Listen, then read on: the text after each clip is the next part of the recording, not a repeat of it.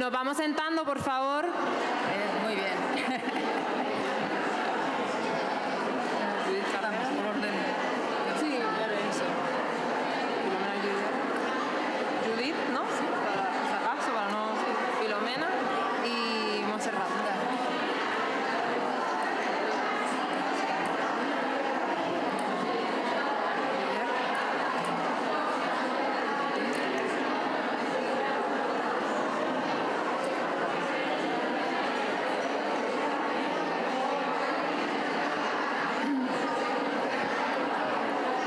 Nos vamos sentando.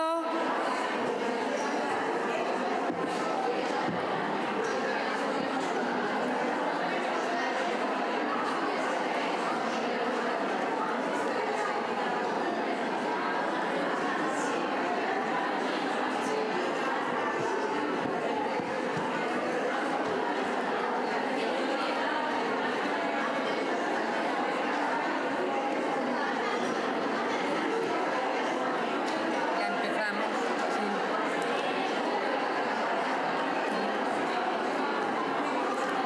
Buenas tardes. Vamos a dar comienzo con la primera mesa social. ¿Cómo se llama? ONG. Sí. Vale. Buenas tardes. Mi nombre es Ada Santana Aguilera. Soy la presidenta de Federación Mujeres Jóvenes.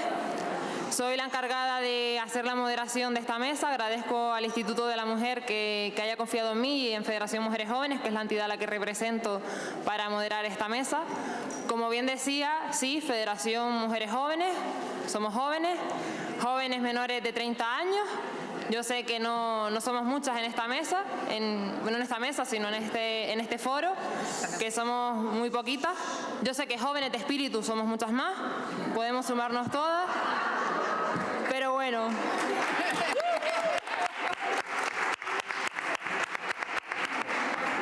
Pero bueno, hoy mi papel es pues reivindicar esa agenda joven y reivindicar no un relevo generacional, porque al final escuchamos mucho relevo generacional las jóvenes, pero el relevo generacional nunca llega. Yo tengo 21 años y a mí me gustaría participar ahora, no participar cuando tenga 40, 50 años, que es cuando se pretende que participe. Me gustaría pues ahora, ¿no? Estaría bien, dentro de 20 años no sé dónde voy a estar y a lo mejor ni estoy.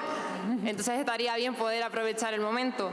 Y sí hablamos de ese pacto generacional, de ese pacto en el cual las mujeres jóvenes, junto con mujeres no tan jóvenes y con mujeres pues mayores, pues podamos al final pues establecer esa agenda que nos represente realmente a todo el colectivo de mujeres y no que dejemos atrás al colectivo de mujeres jóvenes, que es muy, muy importante.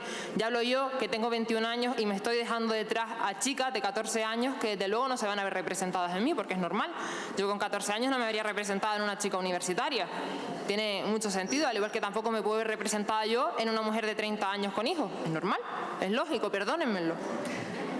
Pero bueno, también sí es verdad que quiero hacer una pequeña reflexión, porque sí que hablamos mucho de juventud y yo creo que todas las personas que estamos aquí presentes estaremos de acuerdo en que la juventud de hoy en día no es la misma que la juventud de los 80 ni que la juventud de los 90, ni es la misma que la juventud de los 60.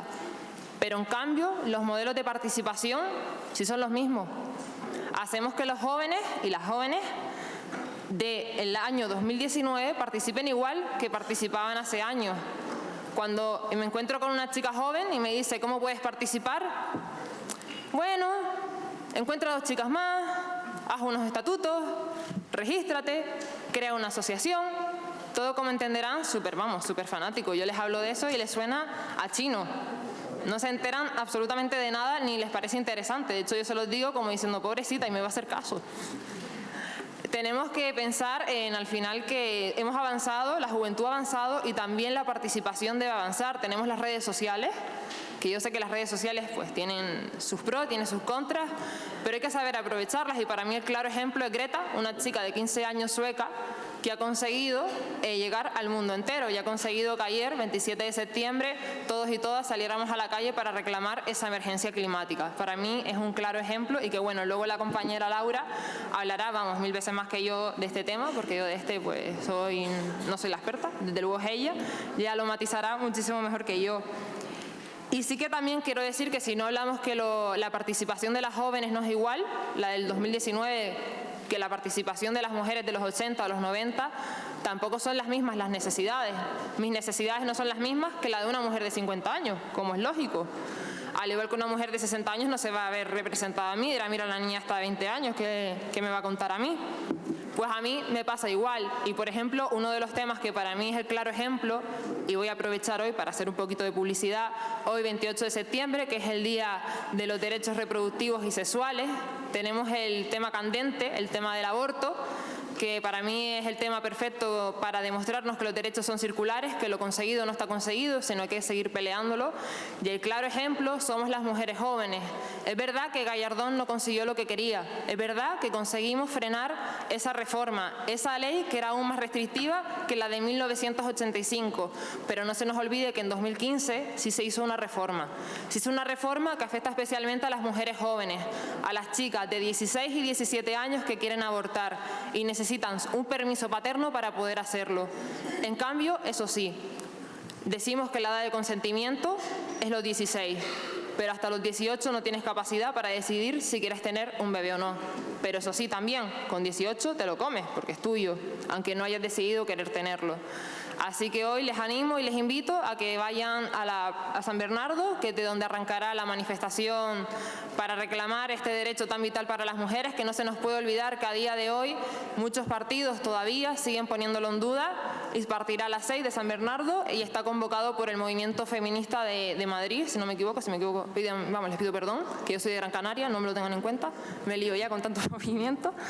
Así que nada, ya sin más dilación, me dejo de enrollar y voy a presentar a esta magnífica mesa que me acompañan hoy, magníficas ponentes, que yo creo que ahora pasamos a la parte interesante, pasamos a la parte de la sociedad civil, en las que pues serán ellas las que harán ese análisis, harán sus propuestas, dirán qué está funcionando, qué no está funcionando, qué se puede mejorar. Y para ello pues voy a empezar con la compañera Judith Carreras, que ella trabaja para la Oficina de España de la OIT, y pues bueno, nos va a hablar del desarrollo inclusivo, prosperidad compartida y trabajo decente, economía y pobreza. Así que les dejo con ella. Hola, buenas tardes a todas. La verdad es que es un auténtico placer estar aquí. Quiero agradecer al Instituto de la Mujer la invitación y, previo a casi a la exposición, me gustaría hacer una aclaración para que luego no haya malos entendidos con la información y la posición desde la que hablo. Represento a la Organización Internacional del Trabajo. La Organización Internacional del Trabajo es una agencia de Naciones Unidas especializada en los temas del trabajo. Encantada de estar en esta mesa de la sociedad civil, pero cabe entender que la información que os voy a comentar es justamente presentaros algunos de los últimos informes que ha sacado la OIT en relación a temas relacionados con el mercado de trabajo.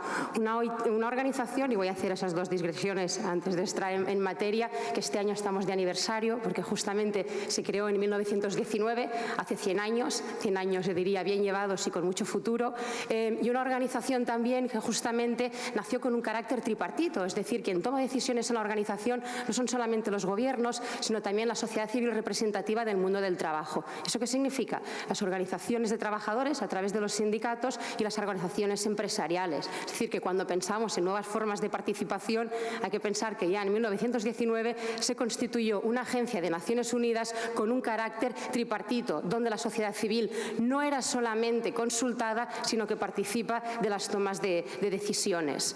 Y luego el otro aspecto importante es qué motivó a la organización, un elemento que sigue siendo de plena vigencia, es justamente la idea de que sin justicia social no puede haber paz universal y no puede haber justicia social si no hay trabajo decente y evidentemente si no hay igualdad de género. Entonces, sobre esa parte es la que quería presentar de forma rápida algunos datos de algunos informes que hemos sacado que me parece que pueden ser de interés pues justamente, ¿no?, para todo el debate que está teniendo aquí lugar. En primer lugar, creo que no hace falta ahondar en ello, porque todas lo conocéis muy bien y porque esta mañana han salido los datos, 3 características que definen la situación de la mujer, o diría de las mujeres, ¿no?, en el mercado de trabajo, es justamente una menor participación, lo vemos en todo el mundo, una situación mayor de trabajos a tiempo parcial, en muchos casos involuntario, y toda la situación de lo que llamamos los trabajos feminizados. ¿Eso qué significa? Pues trabajos donde predominantemente hay mujeres, menos valorados y con peores remuneraciones.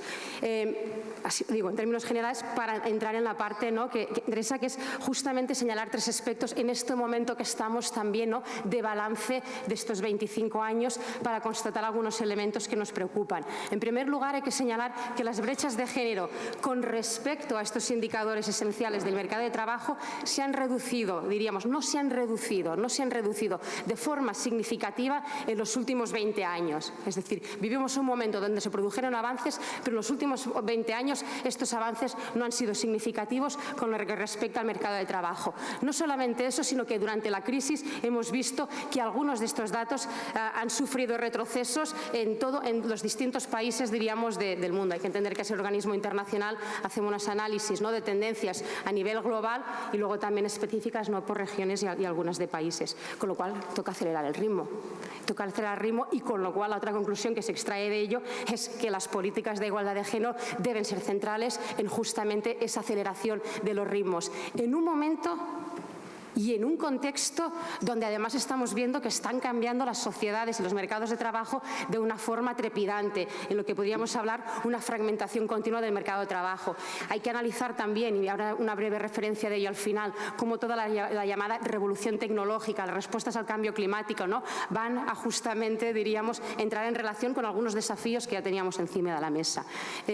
Dicho esto, quería entrar, y me parecía interesante, justamente en detenerme en 2 partes o dos temas centrales sobre los que ha habido bastantes informes producidos por la OIT en los últimos tiempos. Uno de ellos muy referido a los temas de la brecha salarial. En realidad podríamos hablar, la brecha salarial no deja de ser la punta de un iceberg, que nos permitiría hablar de las brechas de la seguridad social, porque que haya brecha salarial, luego sabemos que repercute evidentemente en el subsidio de desempleo, en las pensiones, donde la brecha salarial en las pensiones incluso es 10 puntos y 15 puntos más alta que la salarial, pero más que entrar incluso a dar datos, sí que me parece importante señalar algunos de los elementos que estamos observando a través de esos datos que analizamos, porque más allá, ¿no?, de la discusión de una brecha salarial del 14,9% la hora, por ejemplo, en España, ¿no?, que supone un 23% al año, porque evidentemente las mujeres tienen más tiempo, ¿no?, más tiempo parcial, con lo cual aumenta con el año, más que discusiones de eso, que por cierto en España, ¿no?, diríamos, por ejemplo, está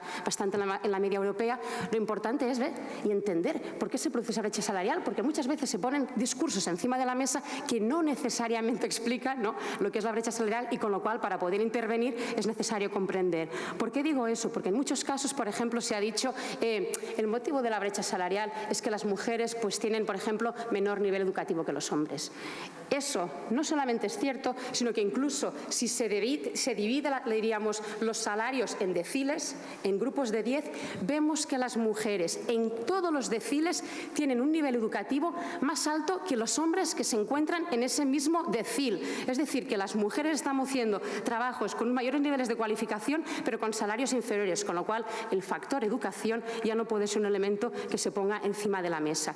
Pero no solamente miramos a eso, incluso dijimos, claro, a veces se nos dice, el factor de la brecha salarial es que las mujeres tienen trayectorias laborales más discontinuas, como se encargan del cuidado de los niños, pues tienen entradas y salidas en el mercado de trabajo. También, ¿qué sucede? Que normalmente se ofrecen menos, por ejemplo, hacer horas extras, o como no están en espacios de lo informal, pues tienen menos posibilidades de ser promovidas. Todo eso, diríamos, son razones que podríamos decir objetivas, no que sean compartidas o que sean correctas, pero los podríamos objetivar.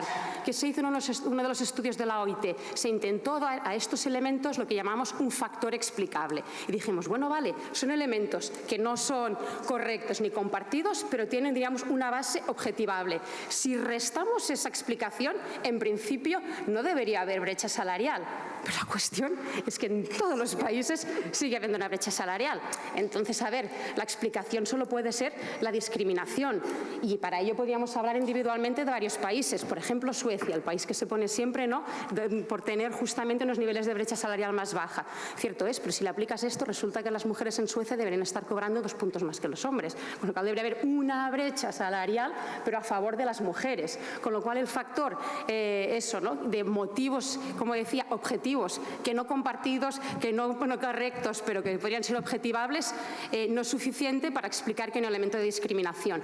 No únicamente eso, sino incluso en el último estudio que sacamos, mientras se me voy comiendo el tiempo a través, ¿no?, del último estudio, algo más interesante. Muchas veces se nos dice, bueno, claro, es que las mujeres están en sectores que son feminizados, que son menos valorados, que son menos productivos, entonces es verdad que por eso cobran menos. Eso sucede y sobre eso hay que intervenir. Pero resulta que hicimos un estudio con más de, ¿cuánto fue? 1 millón de empresas en Europa, 1 millón de empresas, que no es poco, de tamaños distintos, y dijimos, bueno, vamos a coger empresas que sean del mismo sector económico, que tengan niveles de productividad parecida, para justamente desmontar esos elementos que decíamos. Entonces allí deberían tener el mismo salario, porque tienen el mismo nivel de productividad.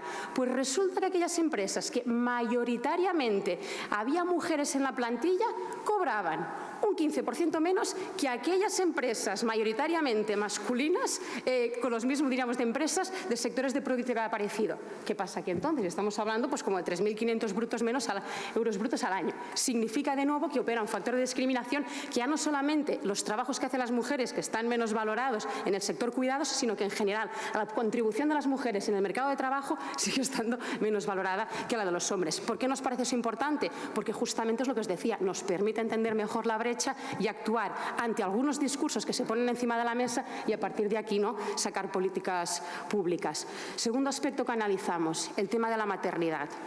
Y aquí vemos también otra constante.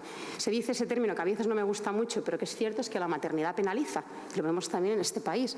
Hasta los 30 años, más o menos, hombres y mujeres tienen, diríamos, no hay brecha salarial. Observamos que en todos los países, a partir de los 30 años, Unión Europea, de repente se produce una separación, una brecha salarial. Sobre todo porque a los 30 años, pues que es en torno a la edad, ¿no?, en que muchas de nosotras, bueno, pues eso, somos madres. Y resulta que esa brecha, bueno, pues se produce. También es verdad, y me parece importante señalarlo, que esa brecha no se produce igual en todos los países. Hay algunos países, como por ejemplo Reino Unido, que esa brecha es muchísimo más grande, pero muchísimo más grande. Estamos hablando como de 25 puntos, incluso cuando tienes 2 hijos, sobre las madres que no tienen hijos, que otros países como Francia, incluso como España. ¿Por qué? Porque también demuestra que las políticas públicas marcan la diferencia. Es decir, aquellos países que tengan políticas públicas, diríamos, con elementos de corresponsabilidad, de conciliación, de bajas de paternidad o maternidad, tienen una brecha de maternidad menor que otros que no la tengan. Sin embargo, la seguimos constatando en todos los países. Y eso es algo, ¿no?, a analizar. Pero la parte, diríamos, también que no hemos analizado es que mientras que existe una brecha, una penalización por la maternidad, existe una bonificación por la paternidad. Es decir, en algunos países, y os traigo los datos, Suiza un 17%. Aquellos hombres que tienen hijos perciben un 17% más que los hombres que no tienen. En Corea hasta un 26%. En Austria un 7%. Entonces, ¿qué sucede? Pues sucede que normalmente a la figura paterna se considera que como es el cabeza de familia va a ser responsable con su trabajo y además tiene que mantener una familia, con lo cual puede tener una mejor remuneración, y en el caso de las mujeres probablemente es, se van a ausentar, van a priorizar a la familia y a los niños antes que al trabajo, con lo cual operan una serie, ¿no?, de discriminaciones asociadas a lo que es ser padre y madre, que también se ven reflejadas en los datos, ¿no?, de empleo. Y aquí de nuevo nos parecía importante señalarlo en la cuestión siguiente: cómo combatimos esas discriminaciones y cómo aseguramos políticas públicas que justamente aborden esto. Y esto nos trae al siguiente bloque, diríamos, ¿no?, de conclusiones de estudios que me parecía importante señalar, el tema de los cuidados. Otro de los estudios que también, y aquí la OIT, gran parte del avance conceptual que se ha vivido en los últimos tiempos viene de la mano y muy empujado también por todas las reflexiones que se han producido y los insumos del movimiento feminista, donde se ha puesto encima de la mesa esa idea de, sin resolver la organización social de los cuidados, muy difícilmente vamos a resolver las brechas que se producen en el mercado de trabajo. Entonces, cuando observamos, ¿no?, el tema de los cuidados, por ejemplo, bueno, pues no sé, observas aquí en España que hay 130 millones de horas diarias dedicadas al trabajo de cuidados. Eso, si lo monetarizamos, estaríamos hablando de 16 millones de personas trabajando a tiempo completo en los trabajos de cuidados, es decir, un 15% del PIB. Ese trabajo, esos cuidados no remunerados, el 68% lo siguen haciendo las mujeres. Eso explica, evidentemente, lo que decíamos antes, por qué más tiempo parcial, por qué, diríamos, ¿no?, pues eso, profesionalmente, pues hay, diríamos, puestos de trabajo, ¿no?, a los que no accedes. Os diré, hay una buena y una mala noticia. La buena noticia es que en los últimos años ha habido algo de progreso. Aquí os puedo dar los datos. En el mundo, en los últimos 20 años, las mujeres, en total, en estos 20 años, hemos dejado de hacer de media 15 minutos menos al día de trabajos de cuidados no remunerados. Es una mujer. Los hombres han contribuido a ello 8 minutos más. Bueno, la diferencia se explica pues porque hay un aumento de servicios públicos, a veces una externalización al sector privado de esas tareas, o sea que, bueno, estamos viendo que efectivamente hay una cierta mejora, pero claro, se implicaría 200 años, que son los cálculos, para equiparar, ¿no?, diríamos, las tareas de trabajos no remunerados. En España, por ejemplo, las cosas están mejor. Hay que decir que en todo este tiempo, pues justamente hemos disminuido en 20 minutos al día, 5 más, y los hombres han aumentado en 12, o sea que es como algo mejor. Significa que no vamos a 200 años, que en 68 lo conseguimos, o se consigue, pero claro, no obstante, estos son los datos, diríamos, ¿no?, que salen en torno a este tema. Ante esto, y entramos en la parte de propuestas, pues evidentemente un aspecto fundamental, y ha salido, ¿no?, y de aquí de nuevo, esto es el poner en valor el trabajo de los cuidados, y aquí la OIT, un cambio importante que se produjo es justamente, y me parece importante señalarlo, en el año 2013 hay una cosa que se conoce la Conferencia Internacional de Estadistas. La Conferencia Internacional de Estadistas es donde se definen los indicadores que después se utilizan para medir, ¿no? Históricamente el trabajo siempre ha sido asociado, diríamos, o el de la OIT, a empleo, es decir, lo que se medía es eso que se produce en el mercado de trabajo, el empleo. Pero desde el año 2003 los estadistas han dicho, como trabajo se entiende tanto el trabajo remunerado, el empleo, como el trabajo no remunerado. Eso es un elemento muy importante. Pues dice, a partir de ahora, incluso los países, a la hora de hacer estadísticas, a la hora de analizar, tienen que tener en cuenta el peso del trabajo no remunerado en las economías. Eso, por ejemplo, significa que aquella frase de las mujeres inactivas, las que no trabajan, no, las mujeres inactivas, ese término ya no son inactivas, a ser las que no estarán en el mercado de trabajo, ¿no?, pero no están inactivas porque habrá que ver, ¿no?, porque, por ejemplo, el 25% de ellas no puede trabajar porque está asumiendo trabajos de cuidados que no les permiten trabajar. O sea que eso, diríamos, ¿no?, es un cambio conceptual que ha habido, en gran parte, como digo, promovido y empujado también por las reflexiones que ha puesto encima de la mesa el movimiento feminista, que obliga a que las instituciones se vayan actualizando también, ¿no?, en los enfoques y en los análisis que hacen. ¿Algún elemento más?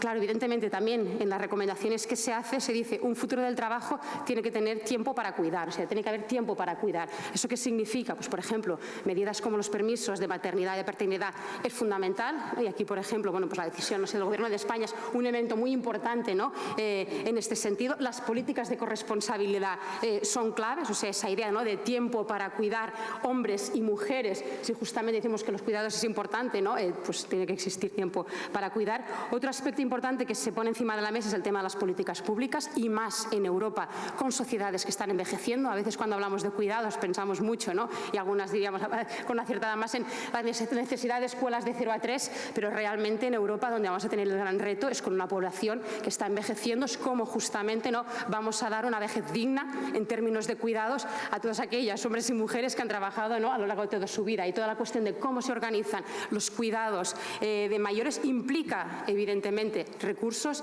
implica también un potencial de creación de empleo. A todo ese debate que hablamos de futuro del trabajo, hay un nicho importante de creación de empleo, donde vamos a tener que hablar es de la calidad, ¿no?, de ese empleo.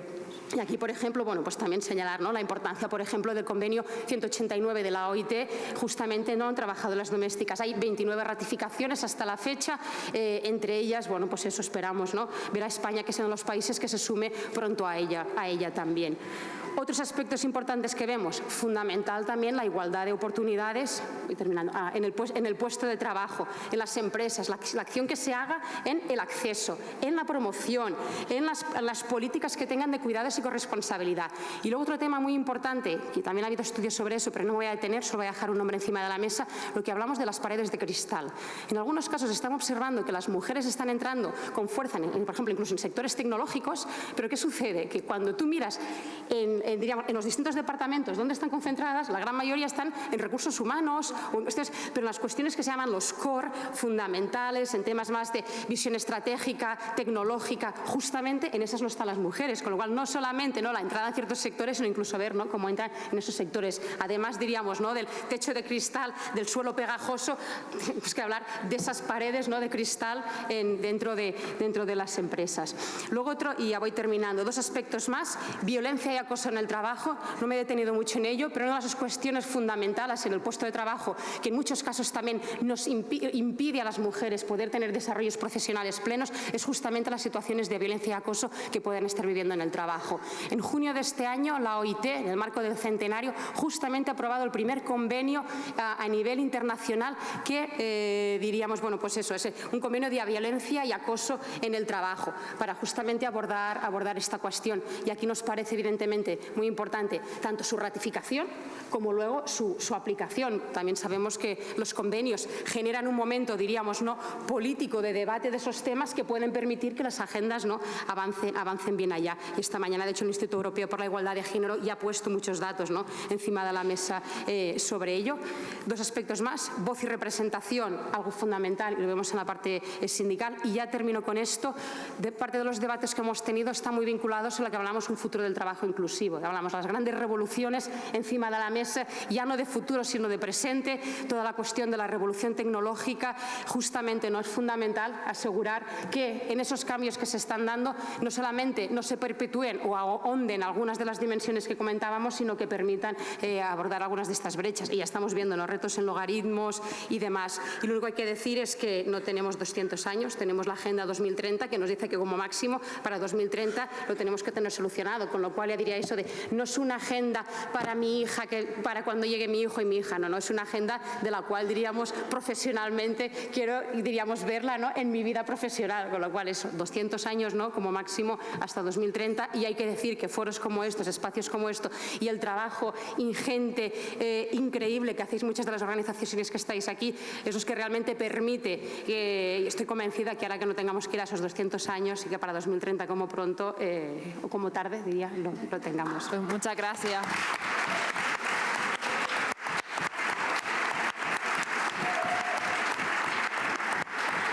Pues pasamos ahora a la compañera Filomena Yurger. Funciona, sí.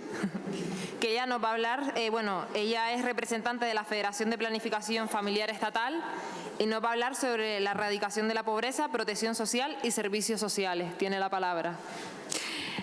Muchas gracias, gracias a todas y algún todo, yo pienso que por aquí tenemos.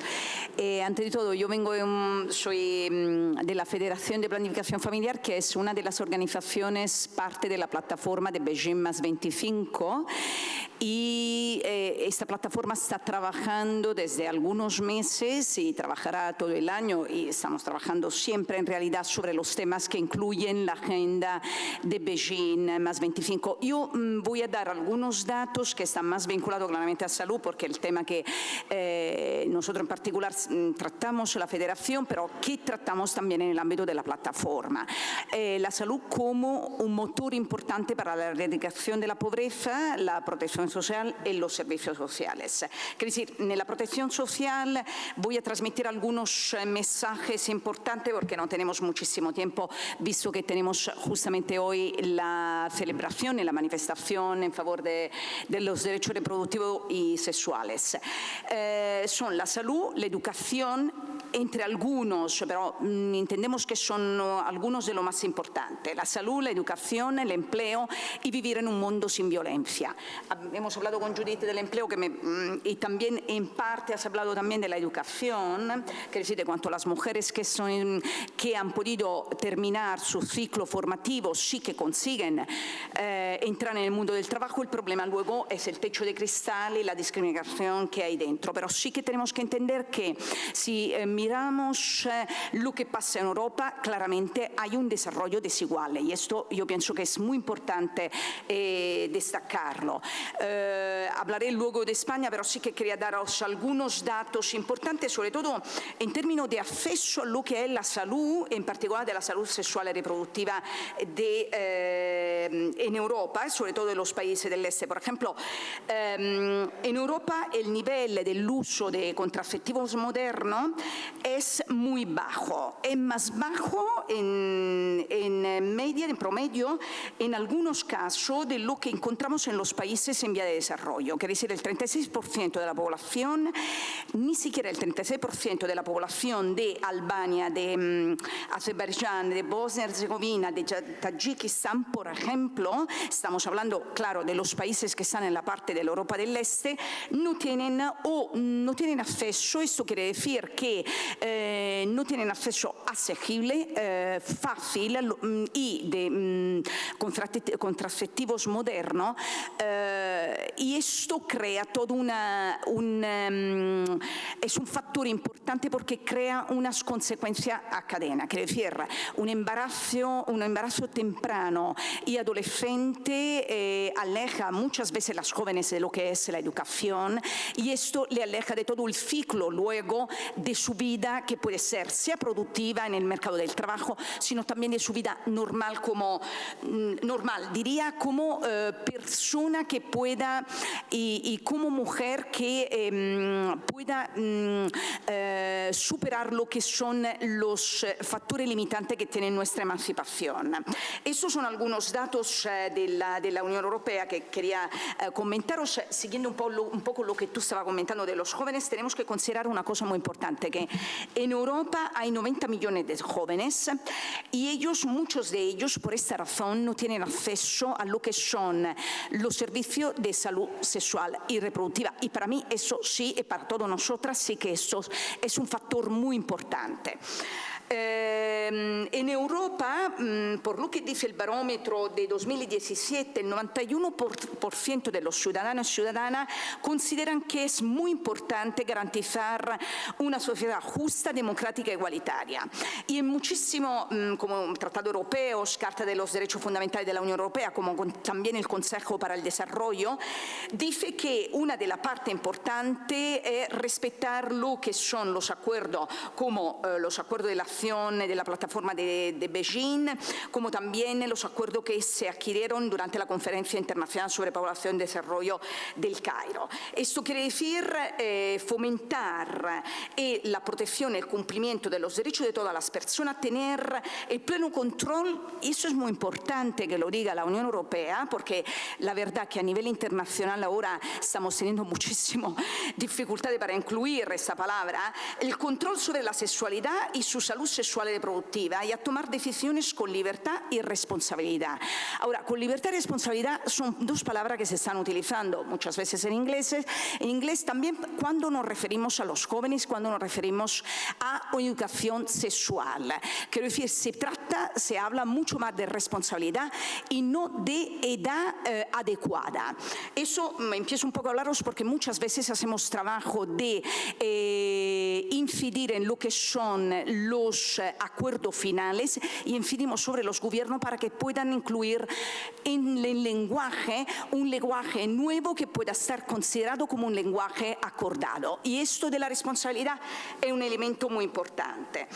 Para hablar hablando ahora de lo que os comentaba anteriormente, de la salud, es importante considerar que también la salud y la salud sexual y reproductiva fueron temas centrales en lo que ha sido una de las reuniones importantes de la última Asamblea General de Naciones Unidas. El 23 de septiembre, quiere decir el lunes pasado, tuvimos tuvimos una reunión en Nueva York sobre la cobertura universal de salud.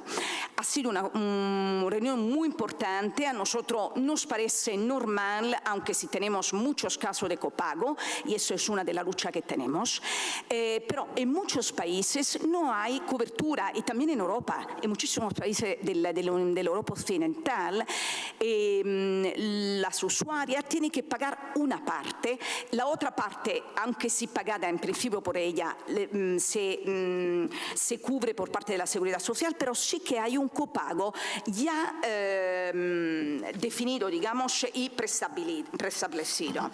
Entonces, por esta razón que la dificultad económica en esta cumbre, en esta reunión importante, fueron vistas como uno de los puntos más importantes digamos, que limitaban lo que puede ser el acceso a una salud integral. Por esta razón que entre las recomendaciones que se daban al final era una de las recomendaciones intentar limitar y minimizar el copago sanitario y intentar asegurar siempre la información, la educación, el acceso, en este caso, a todos los servicios de salud, en particular de la salud sexual y reproductiva para adolescentes y niñas. Y también que los gobiernos se comprometan a incrementar las inversiones públicas en gasto sanitario hasta un 5% de su Producto Nacional Bruto y que se pueda tener una rendición de cuentas y mecanismos eficaces de seguimiento y de evaluación de las políticas. Tuvimos muchísimos problemas, quiero compartir con vosotras, toda la comunidad que trabajamos en salud sexual y reproductiva. Tuvimos un periodo de un año, digamos, hasta llegar al 23 de septiembre, para incluir la parte de salud sexual y reproductiva en este acuerdo. ¿Por qué? Porque esto quiero incluir otro punto importante del cual hemos hablado durante toda la mañana, yo pienso en algunas intervenciones. El tema en el cual la libertad reproductiva, lo que nosotros llamamos libertad reproductiva y la igualdad de género, sí que están bajo ataque. Quiero decir, hemos conseguido incluir la salud sexual y reproductiva porque después, tras mucho tiempo de negociación, sobre todo con algunos países, en este caso con Estados Unidos, que claramente es un país muy importante, que no quería incluir esta parte, junto con otros países que son en la parte europea son Hungría, en la parte, digamos, del este, Hungría, Polonia y Malta.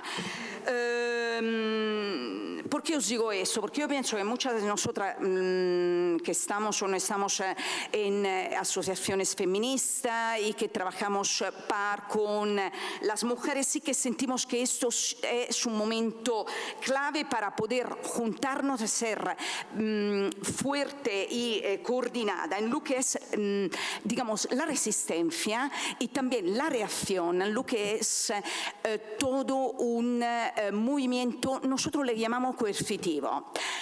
Quiero compartir con vosotros el cambio de lenguaje que estamos intentando hacer desde la parte de la comunidad de salud sexual y reproductiva.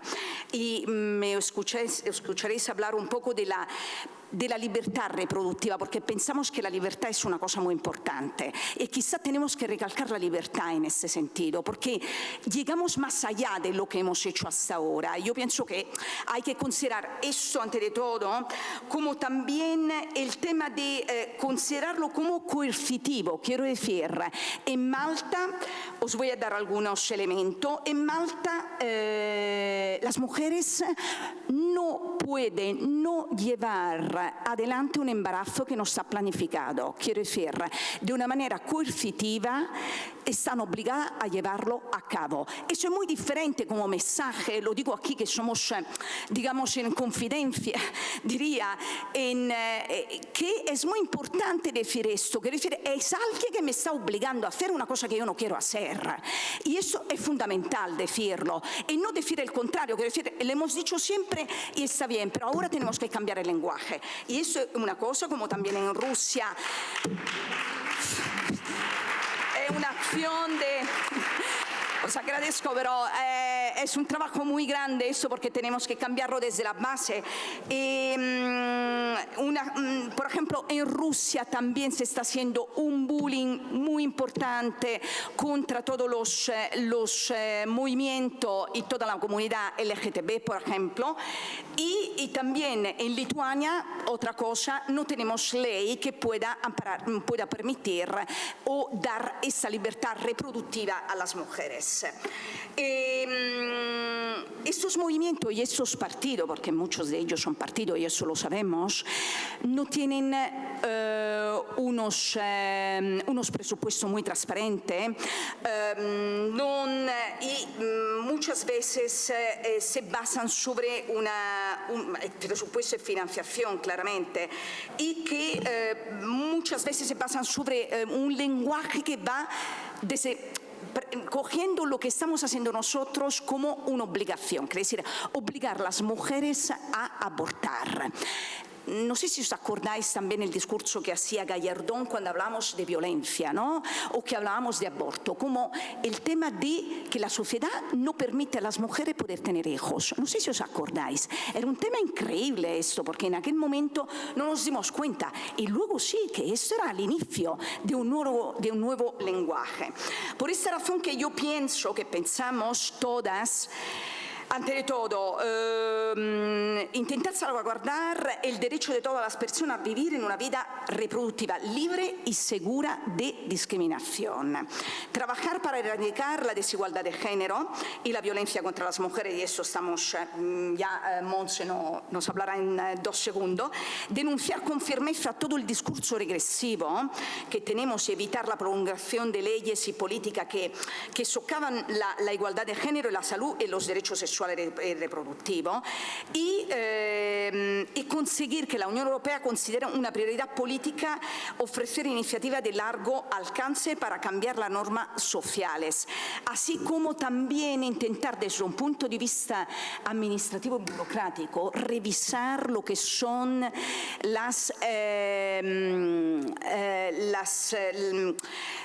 ahora no me acuerdo la palabra en castellano, la posibilidad de poder hacer actividad pública, entonces tener ese requisito de actividad pública a organizaciones que ahora no tendrían que tenerlo. Y justo ayer salió un artículo, no sé si lo habéis leído, sobre una organización de utilidad pública que dice que los homosexuales podrían, no sé si lo habéis leído, podrían tener cura y podrían ser medicados. Entonces, allí tenemos la utilidad pública cuando, por ejemplo, a la Federación y otras organizaciones que están aquí nos han quitado la utilidad pública porque los abogados cristianos han hecho una denuncia contra de nosotros y ahora no tenemos utilidad pública. Entonces, eso quizás tendríamos que revisitarlo otra vez. Y yo diría que termino así. El tema de la coordinación entre nosotros, sin duda, es muy importante mantenernos firmes y asegurar que nuestra libertad no sea de alguna manera limitada, sobre todo lo que hemos conseguido hasta ahora.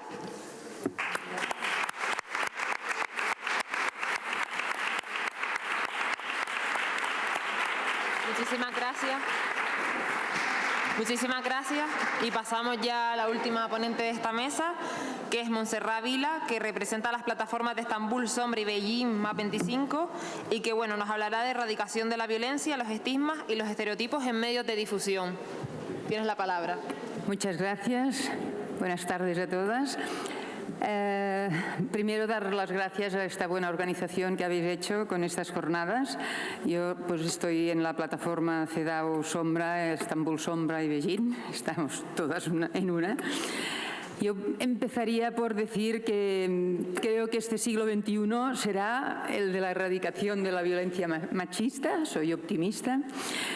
La revisión de la declaración y de la plataforma de acción de Beijing hace ahora 25 años se enmarca en un momento de auge de todas las movilizaciones de mujeres en todo el mundo.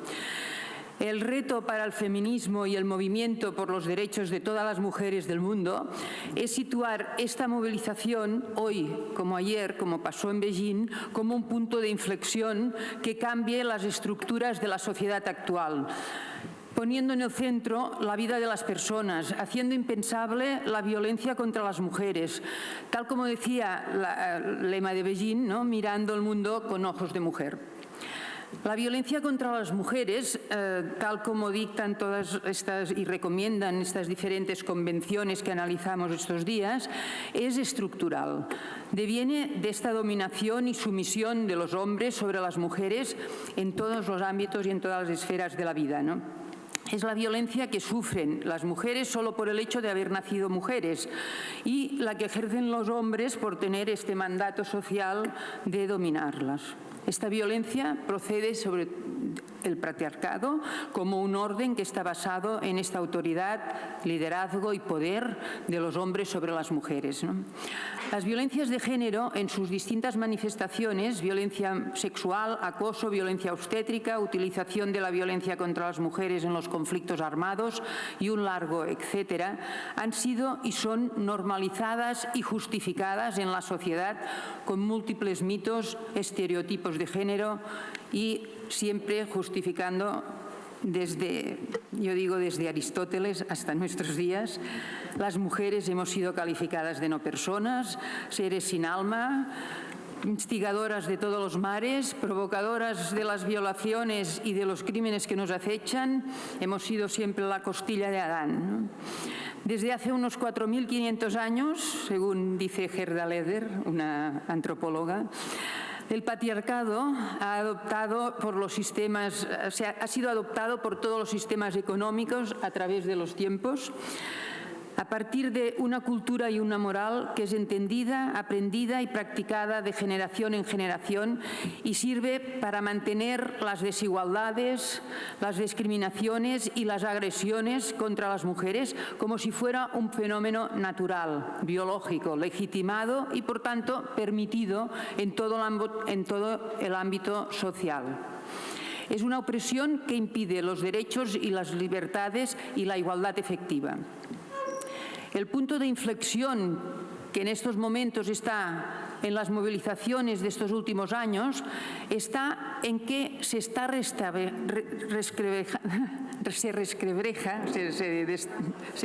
no sé cómo en castellano, se rompe, vamos. No se ha roto todavía, pero hace hecho una grieta muy grande. Esta estructura del patriarcado, ¿no? No es solo un cambio cultural que ha habido en otros tiempos o que es políticamente correcto, sino que las demandas y los cambios del modelo social, los cambios de relaciones entre mujeres y hombres que se exigen en estas movilizaciones, va a la raíz de las causas de la violencia. En todos los continentes, de una manera global, mujeres de todas las edades, sobre todo muchas mujeres jóvenes, de diversidades culturales de diversas identidades, en todos los ámbitos de la sociedad, se ha evidenciado que podemos liderar este cambio estructural, que no nos conformamos con pequeñas revisiones de nuestros derechos. Queremos todos nuestros derechos y no solo los formales, sino reales, para una vida libre de violencias, ¿no? Es en este contexto que analizamos la revisión de Beijing +25. Porque a 40 años de la Convención CEDAW, a 27 años de la Recomendación 19 de CEDAW, a 25 años de la Conferencia de la Plataforma de Acción de Beijing, a 8 años del Convenio de Estambul, a 2 años de la Recomendación 35 de CEDAW, nos preguntamos, en el movimiento, cómo se utilizan estos instrumentos internacionales para atender a las mujeres que sufren violencia de género y para prevenirla y para erradicarla de esta sociedad.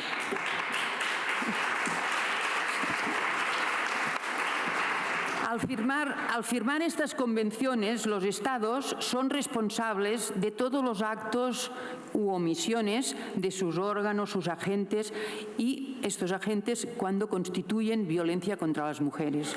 Los actos del funcionariado y de los poderes ejecutivos, legislativos y judiciales han de seguir estas recomendaciones, pero se demoran, pues se abstienen de hacerlo en concreto y en la realidad. A menudo, cuando hablamos de vulneración de los derechos de las mujeres, no somos conscientes ni ponemos en evidencia que el Estado y sus instituciones son o pueden ser las autoras de esta violencia, sea por acción, sea por omisión o por tener responsabilidad en los hechos. Consideramos violencia institucional a la que reciben las mujeres cuando no son atendidas en las instituciones con los recursos adecuados, cuando se hace una victimización secundaria dudando de su palabra y de su actitud. Se siguen utilizando en todos estos medios, se siguen utilizando los mitos, los estereotipos, los prejuicios para normalizar las violencias en que están sometidas por los agresores. Las leyes es muy importante que se aprueben, desde luego, pero a veces, demasiadas veces, quedan diluidas y neutralizadas en su aplicación y en su desarrollo. La falta de presupuesto suficiente agrava la resistencia que tienen las instituciones, una resistencia numantina, por otra parte, de estas instituciones patriarcales. Lo hemos visto con la justicia, lo hemos visto en servicios sociales, en muchos lados cuando acompañamos a mujeres. La moral imperante tiene este talante misógino, necesita un cambio completo en la educación, en la igualdad y en los derechos de las mujeres como personas, ¿no? Claro que en estos 40 años hemos avanzado muchísimo. Claro que se han adoptado políticas contra la violencia a las mujeres, pero cuando una mujer denuncia, todavía no se aplica CEDAW o no se aplica Estambul. Todavía a los operadores jurídicos les suena a chino, lo digo así coloquialmente. Todavía no sabe o no puede la abogacía utilizar estos instrumentos para defender a las mujeres de sus agresores. Las abogadas nos dicen, es que si digo esto me van a decir que qué dice usted, abogada. O sea que todavía no se aplican en el concreto, en la realidad cotidiana, estas normativas, porque si no estaríamos en otros escenarios. ¿Y qué hacemos? ¿Y qué podemos avanzar las asociaciones que luchamos por los derechos de las mujeres? La plataforma CEDAW Sombra y la plataforma Estambul Sombra, que represento, estamos trabajando en ello en 2013 en CEDAW, en 2018 en Estambul, respectivamente. Las propias convenciones en su articulado dan lugar a esta participación de las organizaciones de las mujeres con los informes Sombra. Consideramos que el Convenio de Estambul es un gran avance como instrumento contra la violencia machista, por su articulado y por ser específico de violencia. En la Unión Europea se han dado muy pocas directivas al respecto, ¿no? Con lo cual es una buena noticia que en 2017 el Consejo de la Unión Europea firmó el convenio y ahora estamos en espera de su ratificación. Ya esta mañana se ha hablado de que esta ratificación, que significaría otro paso adelante, pues está en manos del compromiso de Estados miembros de la UE que no están muy decididos. Centrándonos en el tema de la violencia machista, quiero destacar los informes Sombra que hemos presentado en el Estado español, en el CEDAW y en el Grevio, como comités de personas expertas que revisan cada 4 años esta aplicación de la Convención en los países que la han ratificado. Hemos presentado el informe Sombra de CEDAW 2014, del cual ya hay el dictamen, de seguimiento CEDAW 2018, el informe Sombra CEDAW de 2019 y el informe Estambul de 2019. Hoy mismo las compañeras han ido a la reunión del Grevio en donde teníamos voz para poder presentar nuestras reivindicaciones. En estos 25 años, después de Beijing, se han realizado avances cualitativos. Se ha conseguido incluir en la agenda política y social la violencia contra las mujeres. Se han aprobado leyes y medidas. Y a pesar de ello, en estos informes que hemos presentado y en el dictamen de la CEDAW, se demuestra y expone que el Estado español todavía suspende en la revisión y seguimiento de sus compromisos, firmados y ratificados ratificados en las convenciones internacionales y europeas. Y también a 15 años de la aprobación de la Ley Orgánica de Medidas de Protección Integral contra la Violencia de Género y de la aprobación en la mayoría de los territorios del Estado de medidas concretas o leyes para erradicarla, también continuamos con un gran déficit en su aplicación y en su desarrollo. Para el informe sombra del convenio firmado por 252 organizaciones de todo el Estado, hemos trabajado con los datos disponibles en los ministerios estatales y podéis ver, hoy no me voy a entretener porque no sé cómo voy, pero necesito hacer el después. ¿Cómo voy? Se acabó el tiempo. Madre mía. Bueno, pues mira, os miráis, en estos 4 años del dictamen de CEDAW, al revisar la aplicación del Convenio de Estambul, las carencias que detectaron en este dictamen todavía están y son las principales barreras para avanzar en esta erradicación. El principal resumen está en la plataforma de Estambul, lo podéis leer todas, el resumen de las principales barreras, la ley orgánica que no cubre la gama de violencia de género en toda su extensión, el cuidado de las niñas que ha salido esta mañana y de las niñas y niños que viven violencia de género, toca el convenio de Estambul, toca todas las llagas en el dedo, o sea que podéis verlo y me salto todo esto porque sí que quiero llegar a lo que es la conclusión que quiero deciros, me salto todo esto, y quiero decir cómo el movimiento feminista está señalando el camino a recorrer. La huelga feminista internacional es el instrumento más poderoso, a mi modo de ver, del que se han dotado los movimientos de mujeres para defender sus derechos y para conseguir un futuro de personas libres. Beijing +25, las normativas, las leyes, los convenios han de compenetrarse con las demandas y con los objetivos derechos universales que pide este movimiento feminista y las miles de voces. El movimiento de mujeres aspira a que las instituciones cumplan con sus propias decisiones, firmas y ratificaciones. Y esta aspiración choca con la realidad de unas promesas, unos compromisos y políticas que no se ejecutan. No somos ilusas y sabemos que estas instituciones y estos estados forman parte del entramado patriarcal. Solo obedecerán con la extrema presión de las mujeres y sus movimientos, aliadas con los hombres que también defienden los derechos. Y para no crearnos espejismos, hemos de explicar que todo lo que consigamos es decisivo. Pero en el fondo está en superar este sistema perverso de dominación y por tanto se necesita un cambio estructural profundo que signifique una transformación en todos los valores, principios éticos, políticas y estructuras de poder, tanto económico, político como religioso. Muchas gracias.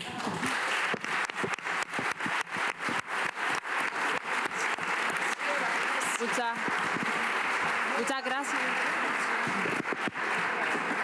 Muchas gracias, nos hubiéramos quedado sin duda alguna escuchándolas mucho más tiempo, pero como dije al principio hay que llegar a la manifestación y hay que cumplir con los tiempos, así que vamos a abrir un breve turno de palabras.